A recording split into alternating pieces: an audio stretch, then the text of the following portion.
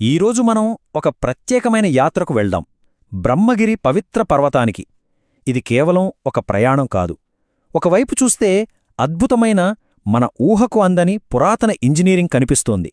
కాని ఇంకోవైపు మన ఆధునిక కాలపు నిర్లక్ష్యానికి ఇదొక పెద్ద హెచ్చరిక కూడా.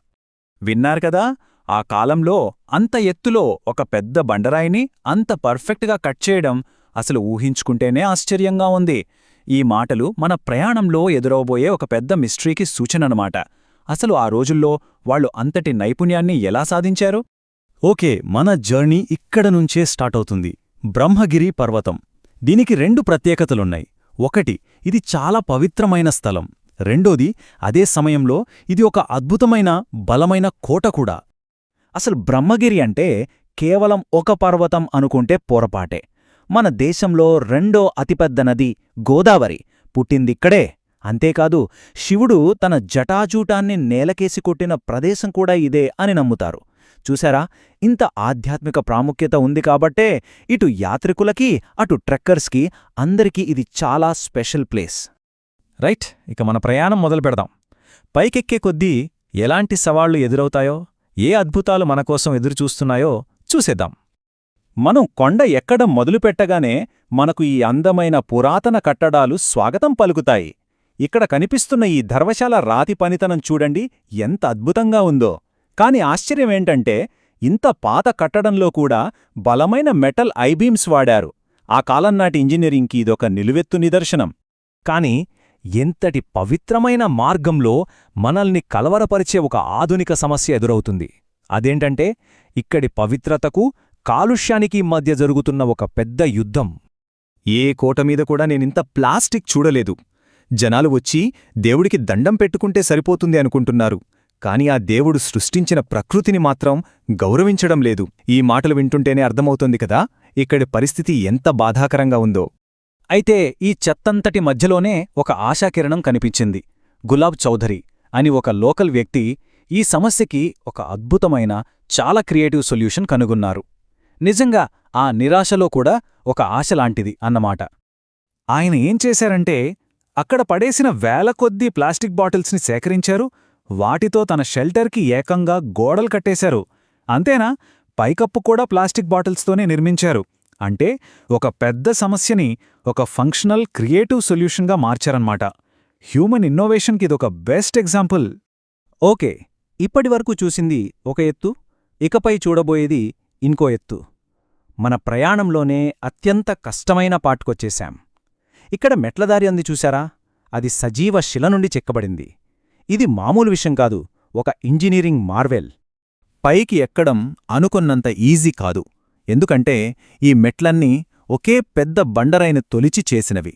ప్రతి మెట్టు చాలా ఎత్తుగా ఉంటుంది, ఎక్కడానికి చాలా కష్టం. దారేమో నిలువుగా ఉంటుంది. ఇవన్నీ చాలవన్నట్టు అక్కడ కోతులుంటాయి, చాలా అగ్రెసివ్గా ఉంటాయి, బ్యాగులు లాక్కెళ్ళిపోతాయి. సో చాలా జాగ్రత్తగా ఉండాలి. అలా కష్టపడి పైటి వెళ్తుంటే దారి మధ్యలో ఒకే రాయిని తొలిచి చేసిన ఈ గేట్వే కనిపిస్తుంది.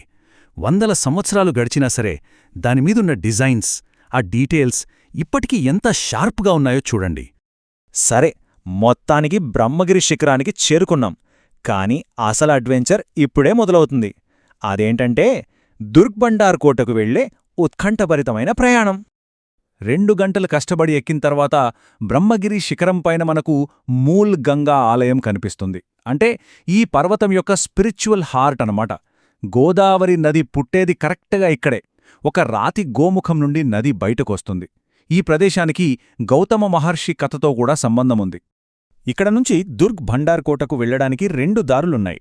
ఒకటి పైన విశాలంగా ఓపెన్గా ఉన్న దారి. రెండోది ఒక పక్కన నిలువుగా ఉన్న లోయ అంచున సన్నగా ఉండే థ్రిల్లింగ్ దారి. ముఖ్యంగా వర్షాకాలంలో పొగమంచు ఉన్నప్పుడు ఈ దారిలో వెళ్తే భలే థ్రిల్లింగ్గా ఉంటుంది. సరే, ఇప్పుడు రెడీగా ఉండండి. ఈ మొత్తం యాత్రలోనే అసలైన అద్భుతాన్ని, క్లైమాక్స్ని చూడబోతున్నాం. అదే దుర్గ్ భండార్ కోటలో దాగి ఉన్న రహస్యమెట్లు. వావ్, ఎంత అద్భుతమైన కన్స్ట్రక్షన్! ఇంత డేంజరస్గా ఉండే దారినే రాతిలో చెక్కడమంటే నిజంగా వాళ్లది ఒక పెద్ద విజయం. ఈ మాటలు వింటేనే తెలుస్తోంది కదా, ఆ నిర్మాణకారుల తెలివి, వాళ్ల ధైర్యం ఏ రేంజ్లో ఉండేవో. నిజంగా ఇది ఒక ఇంజనీరింగ్ మాస్టర్పీస్. ఎందుకంటే ఈ మెట్లు పర్వతం బయట కాదు, పర్వతం లోపల చెక్కబడ్డాయి. ఎంత సన్నగా ఉన్నాయంటే దూరం నుంచి చూస్తే అసలొక్కడ ఒక దారి ఉందని కూడా కనిపించదు. రాయి లోపలే పూర్తిగా ఒక కర్వ్ తిరుగుతూ పైకి వెళ్తాయి. అంటే డిఫెన్స్ కోసం సీక్రెట్గా లోపలికి వెళ్ళడానికి ఇదొక పర్ఫెక్ట్ స్ట్రాటజీ. సరే, ఇక ఫైనల్గా మనం చివరి డెస్టినేషన్కి, ఆ శిఖరంపైకి చేరుకున్నాం. ఇక్కడ్నుంచి కనిపించే వ్యూ మన ప్రయాణంలో ఎదురైన ఒక ముఖ్యమైన ప్రశ్నని మళ్లీ గుర్తుచేస్తుంది. దుర్గబండార్ శిఖరంపైకి చేరుకున్నాక మనం పడ్డ కష్టమంతా మర్చిపోతాం. ఎందుకంటే అక్కడ్నుంచి కనిపించే పెనోరామిక్ వ్యూ అలాంటిది. మొత్తం బ్రహ్మగిరి పర్వత శ్రేణి, కింద త్రయంబక్ నగరం అన్నీ స్పష్టంగా కనిపిస్తాయి. మన ట్రెక్ ఇంతకంటే మంచి రివార్డ్ ఏముంటుంది? సో చివరిగా మన ప్రయాణాన్ని ఒకసారి వెనక్కి తిరిగి చూసుకుంటే ఒక పెద్ద కాంట్రాస్ట్ కనిపిస్తోంది. ఒకవైపు వందల ఏళ్లుగా చెక్కు చెదరకుండా నిలిచిన అద్భుతమైన రాతి కట్టడాలు, మరోవైపు మన ఆధునిక కాలపు ప్లాస్టిక్ కాలుష్యం, సందర్శకుల నిర్లక్ష్యం. ఒక అద్భుతమైన వారసత్వ సంపద ఇప్పుడు ప్రమాదంలో ఉంది. దీంతో ఒక ప్రశ్న మిగిలిపోతుంది. వేల సంవత్సరాలు నిలబడాలని మన పూర్వీకులు కట్టిన ఈ అద్భుతాలు కేవలం మన ఒక్క తరం అలవాట్ల వల్ల పాడుకాకుండా మనం ఎలా కాపాడుకోవాలి? ఆలోచించాల్సిన విషయమే కదా.